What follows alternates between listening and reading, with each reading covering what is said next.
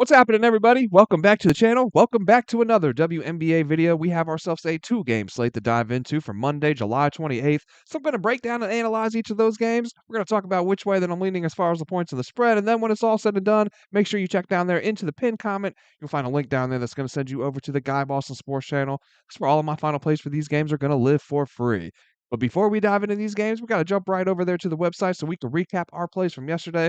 Let's see what we took then and how that ended up going down. And Sunday went just about as good as it can go in the sports betting world, man. We go 4-0 to complete the sweep on the day. Took the Sun plus 6.5 at plus money. That was a cash. Took the Aces and the Wings total over 165.5, and that hits as well. Mystics and the Mercury took the total under 167.5. That one cashes, and then we took the Lynx, a team total over 82.5. Now, this one was definitely sweaty, man. They came out flat in that first half, but they put up over 50 points in the second half to get us up and over that mark. 4-0 on the day. So, man, let's keep that momentum rolling into this week, guys. Let's have a good week. Start Monday off with a bang and see if we can't start stacking up on some units, man. We got two games to dive into today. Smash that like button down there for me, guys, if you can, and hit subscribe if you have not already.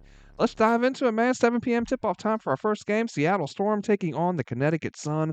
Storm laying 9.5 in this one on the road. Total sitting at 159.5.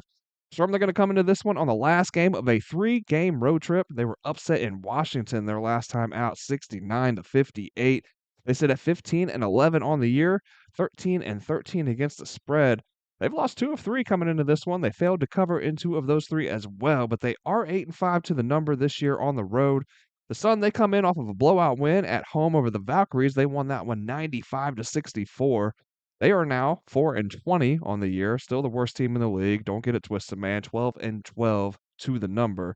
That's the fourth meeting between these two so far this season. The Storm have won 2 of the 3 so far. The home team took every meeting between these two.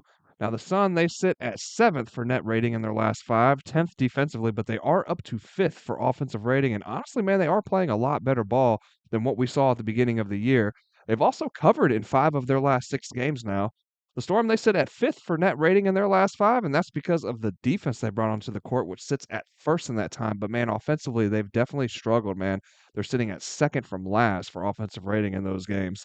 Now, they've alternated wins with losses over their last 8 games as well, and they have failed to cover in 5 of their last 7. And that 95-point explosion over a Sky team that basically rolled out half of a team is really the only time now in the last 5 games that they've been able to break just 70 points even. This Sun defense, it's not anything special, right? End of the day. And that blowout over the Valkyries can't cloud our judgment with this one because that Golden State team is a mess offensively, and they're now dealing with a lot of injuries as well on their end.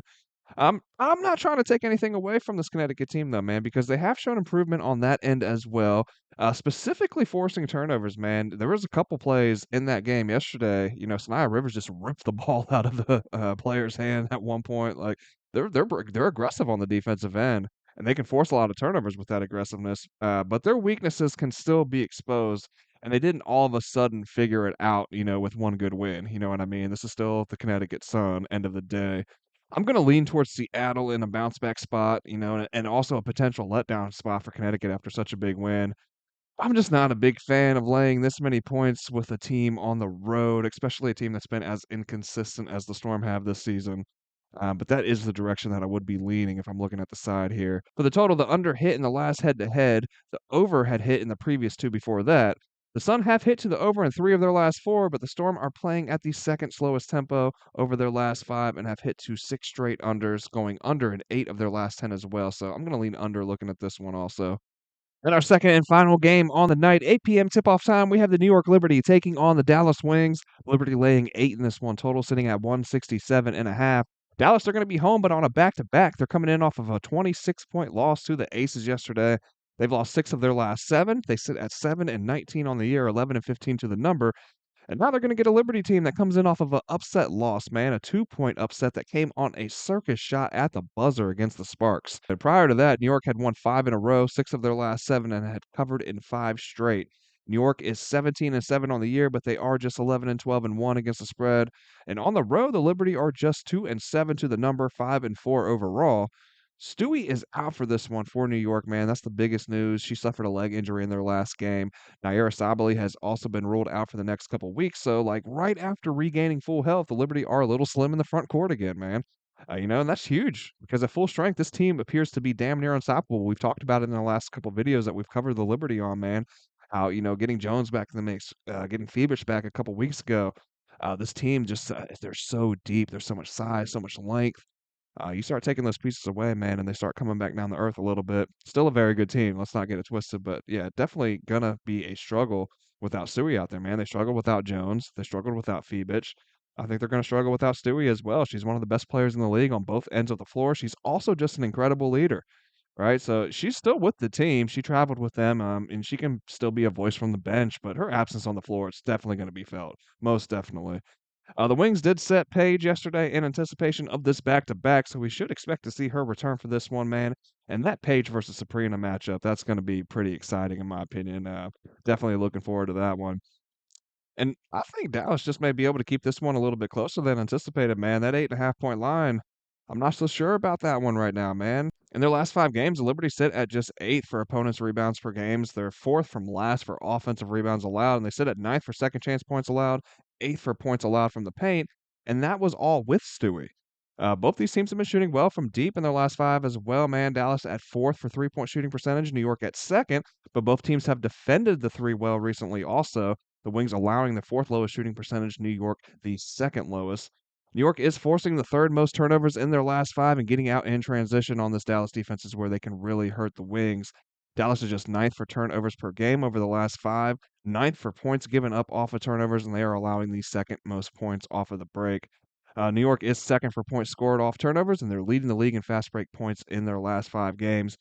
But Dallas also isn't going to shy away from a fast-paced run and gun game, man. They're coming in at 3rd for fast break points themselves. Look, New York is obviously the better team here, even without Stewie in this one, right? But I'm having a hard time looking past taking Dallas with points at home here. The Wings have covered this 8.5 point line at a 62% rate this season, and in 6 of their last 7 at home. We already spoke of the Liberty's poor covering record on the road. They've only covered this line in 22% of their games on the road this year, and they failed to do so in 6 straight as well. I'm going to lean with the home dog, man, catching the points. And then looking at the total, we talked about each team in transition already, and I do think that we're going to see a faster paced game in this one. New York has hit to the over in 3 of their last 4, Dallas in 3 of their last 5. The Wings sit at 4th for pace this year, New York 1st. I think we see each team try to push the pace, man. Each team is going to want to shoot a bunch of above the break threes as well. Both are sitting in the top 5 for shooting percentage from above the break over their last 5. So I'm going to lean over looking at this game. And that is going to wrap us up, man. Not a lot of player props out, man. Just like the basics, right? The first baskets and all that kind of jazz. So once those become more available, I will look through those. And if I find anything I like, I will throw those up on the website as well. But that's going to do it, man. Hope you guys enjoyed the video today. Hope you found the content helpful and useful. And if you did, please don't forget to smash that like button on your way out and hit subscribe if you have not already. Hope you guys all have a great night. Hope you guys all cash out. See you back tomorrow for the next one.